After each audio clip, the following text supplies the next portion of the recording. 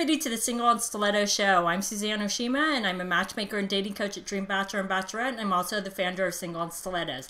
Today we have on our show Marni Kinrys, and she's a wing girl and founder of winggirlmethod.com, and I'm so excited to have her here today because she is one of my favorite people, and she has the inside scoop on men, because she works with a lot of men. So today we're talking about what turns a man on. And believe me, ladies, Marni knows. So before we jump into this though, Marni, I would love for you to tell our audience a little bit about you and how you got into this weird business of being a wing girl. Yeah, of course. And thank you for doing this with me. I obviously respect and admire you. So I'm happy to be talking with you right now in my bathrobe. I have to be comfortable when I do interviews. That's how it works. I've been a wing girl for 10 years, and I teach men around the world how to understand women so they can attract, date, seduce, and get the girls that they want. And I became a wing girl kind of randomly. I was at a singles mixer at a rabbi's house, and I made a joke that stuck after I put it on Craigslist, and I had over 75 guys respond to needing a wing girl. And so, yeah, I started my business as a joke, but it's become something quite serious and quite helpful to hundreds of thousands of men all over the world. And actually, because of you and Single and Stilettos, I just released my first product for women based on the information that I've learned from men over the past decade. So thank you for that. And I'm really excited. Great. Well, and it's so funny, ladies, because I remember when Marni spoke at my event, she's like, well, I don't know what I have to offer women. I'm like, yeah, trust me, women want to know what you know because you speak to men all day, right, ladies? So yeah, this is great. So, all right. So, Marni, tell us the inside secrets. What are the things that turn a man not on? And not necessarily in the bedroom, but just in dating. Like, what are some big turn-ons for men? You know what? It's not as complicated as the turn-ons for women. If a guy has asked you out, if a guy has approached you, he's already kind of sold on you. If you have a nice smile, if you look good, if you smell good, they're really basic things in the very beginning that do turn a man on. But as you start to date more and as you start to get to know each other, the things that turn men on are all very individual. It depends on what it is that they're looking for, and it depends on how confident they are in themselves.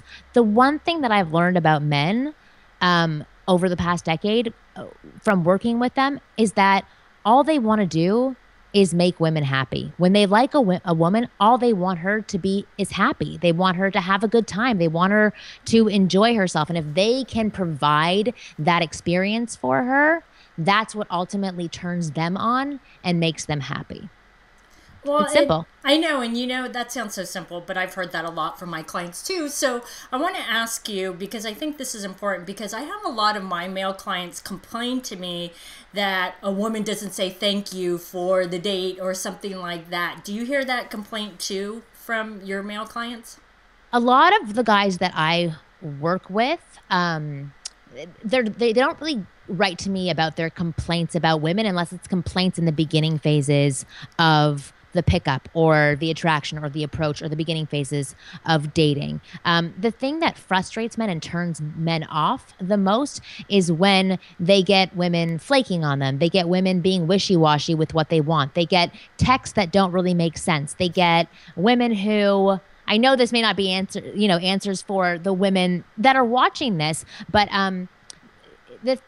the thing that men get most confused about, and they ask me the most, is where did I go wrong? How did I lose this woman? And what does it mean when she does X, Y, and Z, right? Because those things are very confusing to men. A lot of the subtle female behaviors are very confusing. And the thing that a lot of women do with men that is a huge turnoff is they become wishy-washy, or they get a little bit flaky with men, or they're not as clear with their spoken word as men are, which in turn turns them off and frustrates them and confuses them to no end. So from my point of view of what I do with men, that's the insight that I can offer.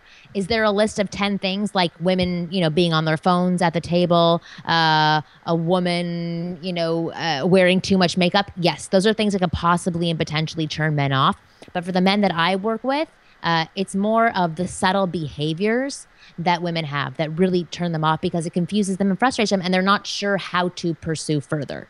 So let me ask you a question because you talked a lot about being wishy-washy. Can you give some examples of how women in the beginning stages of dating can be wishy-washy and it's a huge turnoff to men?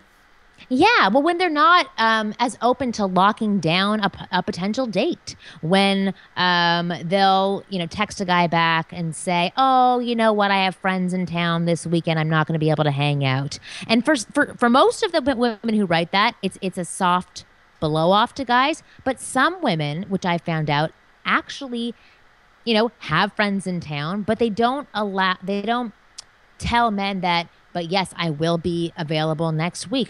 I'm not sure why it is that we women do that. I don't know if we actively want a man to pursue to show his interest, and that helps us gauge more in or get more interest in him. I'm not really sure, to be honest. But a lot of the times, a woman will miss out on an opportunity with an amazing man because she's subtle, because she's not putting her direct, true intentions out there and saying exactly what she thinks and what she means behind the words that she's saying. Men don't understand subtleties as well as women do. So the more clear, and I'm not saying be an alpha female and direct and aggressive, but I'm saying be clear with men on what you want and don't want, and you'll get the best results from men. Exactly. And you bring up a great point. And I love you that you use that example of when a guy asks you out and you say, "Oh, I have friends in town this weekend." I always tell my female clients is always come back with, "But I'm available next week on X, Y, and Z day," or whatever it is. Exactly. Because you're still telling them, "I'm still interested," and then he's not reading it as a blow off. But if you say nothing, then he kind of says in his mind, "Is she blowing me off or does she really have friends in town?" Right. And most likely if he's a confident man, he'll be like, "Okay, well, you're not interested," because that's what men have been taught. Okay, if she's flaking on you, if she's giving an excuse, if she's not committing to a time together, or at least offering another option up, then she's not into me. So if he's got 5 women who he's trying to date and one woman saying, "I have friends in town," with exactly what you said, no offer of, "But I'm free next Wednesday," or "I'm free the following week," then he's going to say, "Okay, see ya. It's over."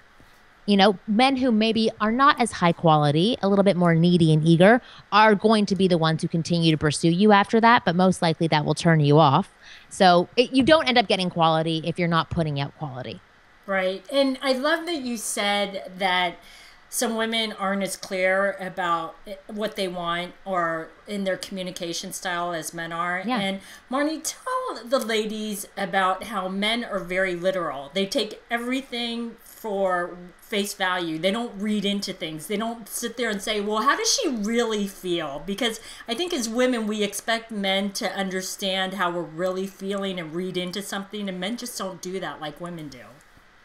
No, actually, you just explained it perfectly. Men don't feel things the way that women do. They think things, they hear things, they hear your words, and they listen. They act on what your words have said. It's very difficult for them to read into the nuances and subtlety behind our spoken word.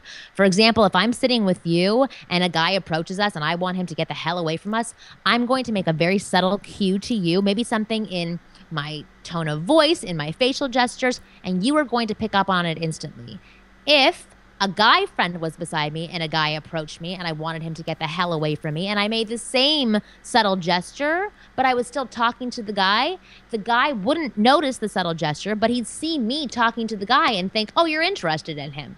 So yeah, exactly what you said. Men cannot pick up on the subtleties. The interesting thing that I've learned from doing what I do, which has helped me in my own relationship and helped me with all interactions with men and with women, is that I have to, and everybody has to, learn how to step outside of themselves, because we have a whole bunch of experiences that have taught us how to be us, right? So something that you say may mean something to you. Something that I'm going to say, it's going to be totally different based on my own experiences. Then if you mix in gender differences with that as well, they're going to be even larger differences. So the thing is that in order to have a better relationship, you really have to open yourself up to understanding the gender that you want to be with, as well as the man that's sitting across from you. So it's about, not just thinking, oh, because I say this way, it means this. And if he says it, it means that as well. It's giving the person the benefit of the doubt, asking what it means when they do X, Y, and Z.